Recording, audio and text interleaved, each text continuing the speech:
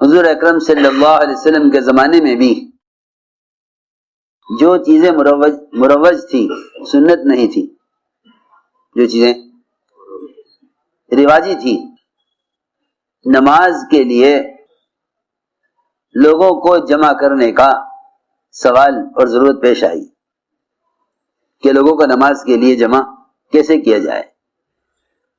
اس وقت تک اذان شروع نہیں ہوئی تھی،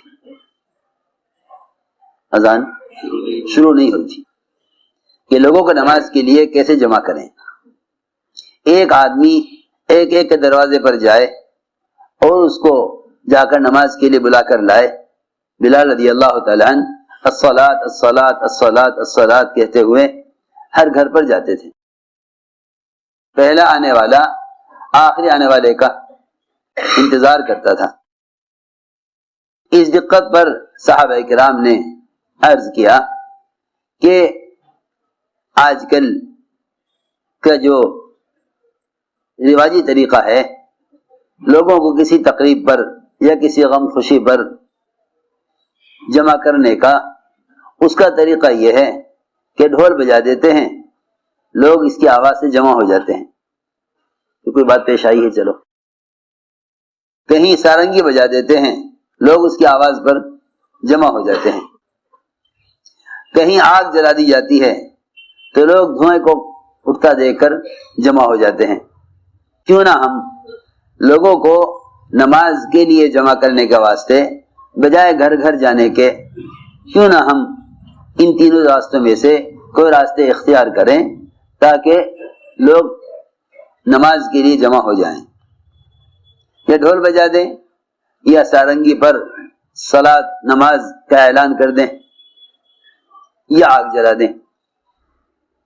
یہ رائے دینے والے اغیار نہیں تھے کہ آپ کو آپ کے طریقے سے ہٹانا چاہتے ہوں، یہ رائے دینے والے صحابہ کرام تھے، یہ رائے دینے والے صحابہ کرام تھے، یہ رائے دینے والے صحابہ کرام تھے۔ آپ نے یہ نہیں فرمایا کہ جب ان چیزوں کو تم نماز کے لیے جمع کرنے کا واسطے استعمال کرنا چاہتے ہو تو کوئی حرج نہیں، اور اگر تم ان چیزوں کو گناہ کے لیے استعمال کرنا چاہو تو استعمال نہیں ہونا چاہیے۔ لیکن تم تو نماز کے لیے جمع کر رہے ہو۔ آپ نے یہ نہیں فرمایا کہ کوئی حرج نہیں، بلکہ یہ فرمایا کہ یہ ہمارا طریقہ نہیں، یہ ہمارا کہ یہ ہمارا طریقہ نہیں، یہ ہمارا طریقہ نہیں۔ باوجود یہ کہ دقت تھی، لیکن اس دقت پر عمل ہو گیا اور اس سہولت کو رد کر دیا۔ اس دقت پر عمل کیا اور سہولت کو رد کر دیا۔ کیوں سہولت کو رد کر دیا؟ کہ یہ سہولت مت دیکھو، یہ دیکھو کہ یہ تمہارا طریقہ ہے یا نہیں، اور یہ بھی نہ دیکھو کہ تم غیروں کے طریقے اپنے کس کام کے لیے استعمال کرنا چاہ رہے ہو، یہ بھی مت دیکھو۔ یہ نہ کہو ہم تو عبادت کے لیے جمع کرنا چاہتے ہیں تو کیا حرج ہے، یہ مت دیکھو۔ حضور اکرم صلی اللہ علیہ وسلم فرمایا کہ یہ طریقہ یہود کا ہے، ڈھول بجانا، یہ طریقہ نصارہ کا ہے، سارنگی بجانا، یہ طریقہ مجوس کا ہے، آگ جلا کر لوگوں کو جمع کرنا، وہ آگ کی پجاری ہیں، یہ ہمارا طریقہ نہیں ہے۔ جس طرح تم کوئی محنت کر رہے ہو ایسے ہی کرتے رہو، ایسے ہی کرتے رہو، یہ ہمارا طریقہ نہیں ہے۔ آپ نے صحابہ کرام کو ان چیزوں کے استعمال سے نماز کے لیے جمع کرنے سے بھی روک دیا، نماز کے لیے جمع کرنے سے بھی روک دیا۔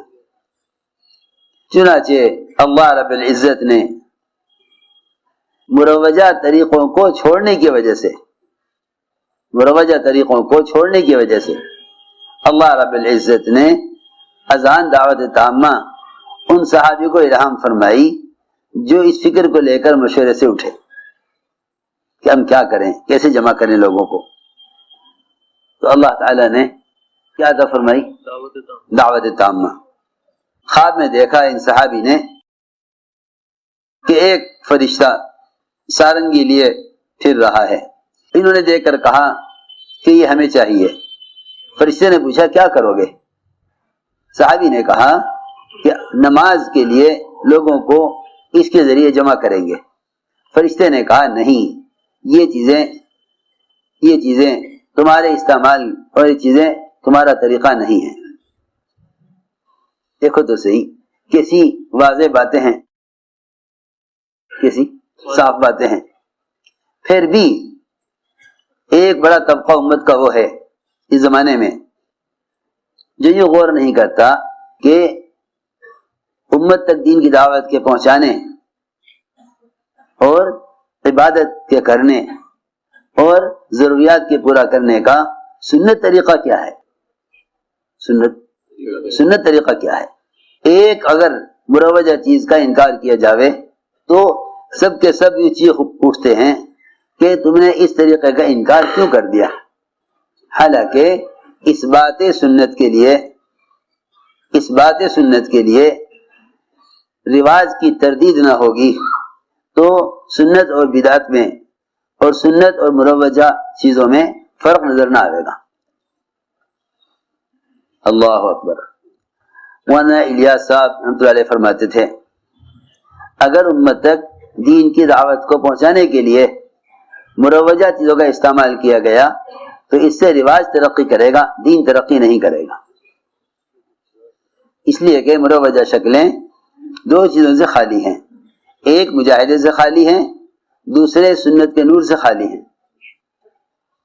دوسرے سنت کے نور سے، سنت کا نور تو اسی طریقہ عمل میں ہے جو طریقہ عمل محمد صلی اللہ علیہ وسلم اور آپ کے صحابہ کا ہے۔ جتنے بھی رواجی شکلیں ہیں یہ رواجی شکلیں غیر مسنون ہونے کی وجہ سے سنت کے انوارات سے خالی ہیں، سنت کے انوارات سے خالی ہیں۔ اس لیے ہم نے عرض کیا کہ سب سے بنیادی کام وہ تین لائنوں کے اعتبار سے اتباع سنت ہے اور احیاء سنت ہے۔ کیا ہے؟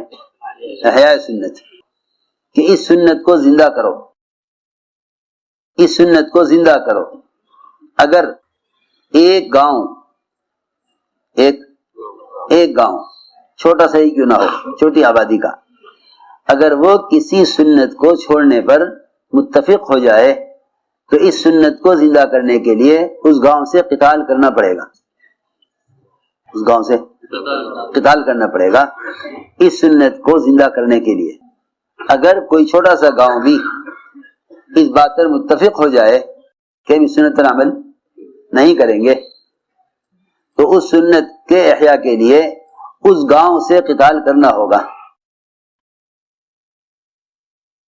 ابو بکر صدیق رضی اللہ تعالی عنہ زکوٰۃ میں روکے جانے والی رسی کے لیے بھی قتال کرنے کو تیار تھے۔ حضرت عمر کی رائے یہ تھی کہ ان سے کلمہ نماز قبول کر لیا جائے، زکوٰۃ کے لیے قتال نہ کریں۔ حضرت بکر نے فرمایا کہ جو بڑا بہادر تھا زمانے جاہلیت میں، اب بہادری کا وقت آیا تو بزدل ہو گیا، بہادری کا وقت آیا تو بزدل ہو گیا۔ میرے عرض کرنے کا مقصد یہ ہے کسی بھی زمانے کے مروجہ نظام سے کام کرنے والوں کو ذرہ برابر متاثر نہیں ہونا چاہیے، کسی بھی زمانے کے مروجہ نظام سے کام کرنے والوں کو ذرہ برابر متاثر نہیں ہونا چاہیے، کیونکہ اگر یہ مروجہ نظام سے متاثر ہو گئے، اگر یہ مروجہ نظام سے متاثر ہو گئے تو سب سے پہلے ان کی دعوت کی قوت ختم ہوگی، ان کی پکی بات ہے، سب سے پہلے ان کی دعوت کی قوت ختم ہوگی، سب سے پہلے ان کی دعوت کی قوت ختم ہو جائے گی، سب سے پہلے دعوت کی قوت ختم ہو جائے گی۔ اور دعوت کے اس مخصوص طریقہ جہد پر ماضی میں جو غیبی نصرتیں نازل ہوئی ہیں ان تمام غیبی نصرتوں سے امت محروم ہو جائے گی، تمام غیبی نصرتوں سے امت محروم ہو جائے گی۔ ان تمام غیبی نصرتوں سے امت محروم ہو جائے گی. اس لیے کہ اللہ رب العزت کی طرف سے جو غیبی نصرت کا وعدہ ہے، اللہ تعالی کی طرف سے جو غیبی نصرت کا وعدہ ہے، وہ اس طریقہ جہد پر ہے جو طریقہ جہد محمد صلی اللہ علیہ وسلم اور آپ کے صحابہ کا ہے. اللہ تعالی کی غیبی نصرتوں کا وعدہ اس طریقہ جہد پر ہے جو طریقہ جہد محمد صلی اللہ علیہ وسلم اور آپ کے صحابہ کا ہے. اصل بات یہ ہے، اگر ہم یوں سوچیں کہ اس زمانے میں دین کی بات کے پہنچانے کے اور بھی ذرائع ہیں، اس زمانے میں دین کی بات کے پہنچانے کے اور بھی ذرائع ہیں، تو ہم دین کی بات کے پہنچانے کے لیے مسلمان کے علاوہ دوسرے ذرائع کو نقل و حرکت کا متبادل سمجھ لیں گے. میری بات بہت توجہ چاہے گی. دوسرے ذرائع کو نقل و حرکت کا متبادل سمجھ لیں گے. دوسرے ذرائع کو نقل و حرکت کا متبادل سمجھ لیں گے. حالانکہ جتنی بھی غیبی نصرتیں ہیں دور صحابہ کی، وہ اس طریقہ جہد کی وجہ سے ہیں جو طریقہ جہد محمد صلی اللہ علیہ وسلم اور آپ کے صحابہ کا تھا. وہ اس طریقہ جہد کی وجہ سے ہیں، وہ اس طریقہ جہد کی وجہ سے، کیونکہ جو صبر کی کیفیت پیدا ہوگی وہ صبر کی کیفیت انبیاء علیہ السلام کے جہد میں ہے. میری بات بہت توجہ سے سنو. صبر کی جو صفت ہے وہ انبیاء علیہ السلام کے طریقہ جہد میں ہے. اگر اس طریقہ جہد سے ہٹ جاؤ تو پھر کوئی صبر اور کوئی مجاہدہ اور کوئی تکلیف اور کوئی اذیت نہیں ہے. کوئی اذیت نہیں ہے. اگر انبیاء علیہ السلام کے طریقہ جہد سے ہٹ جاؤ تو پھر کوئی تکلیف، کوئی اذیت، کوئی صبر نہیں ہے. اللہ رب العزت نے انبیاء کے صبر کرنے کو قوموں کی ہدایت کا ذریعہ بنایا ہے. وَجَعَلْنَا مِنْهُمْ أَئِمَّةً يَهْدُونَ بِأَمْرِنَا لَمَّا صَبَرُوا.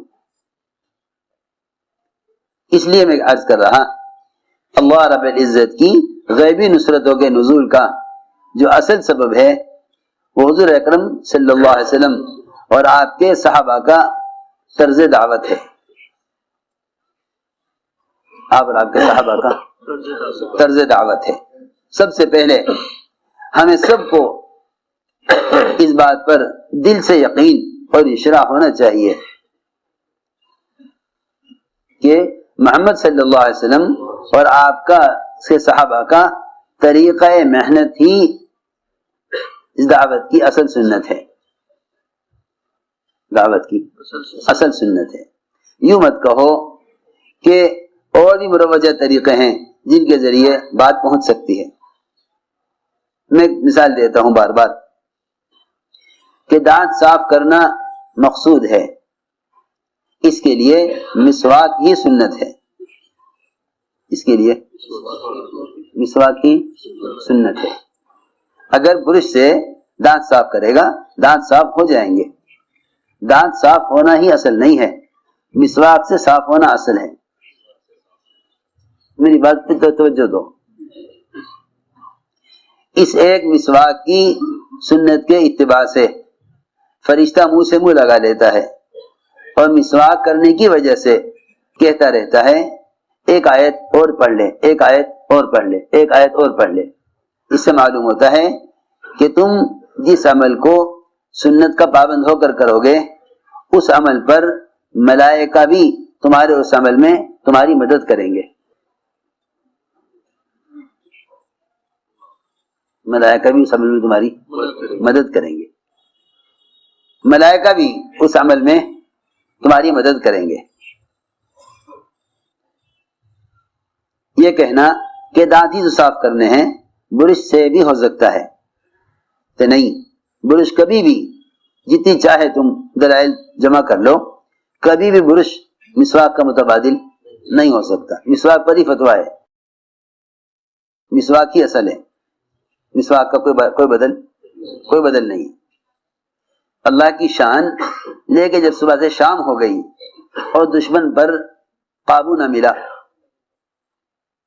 تو بیٹھ کر یہ غور کیا کہ آخر ایسی کون سی غلطی ہو رہی جس کی وجہ دشمن پر غلبہ حاصل نہیں ہو رہا. غور کرنے پر معلوم ہوا کہ مسواک چھوٹ گئی. اس مسواک کے کرنے پر دشمن اتنا مرعوب ہوا مسواک سے کہ میدان چھوڑ کر بھاگا. فرماتے تھے اللہ رب العزت نے قیامت تک کے لیے وہ رعب جس سے آپ کی مدد کی ہے وہ رعب سنتوں میں رکھ دیا ہے، اس بات کو میں اس لیے سمجھانا چاہتا تھا کہ یوں طبیعتیں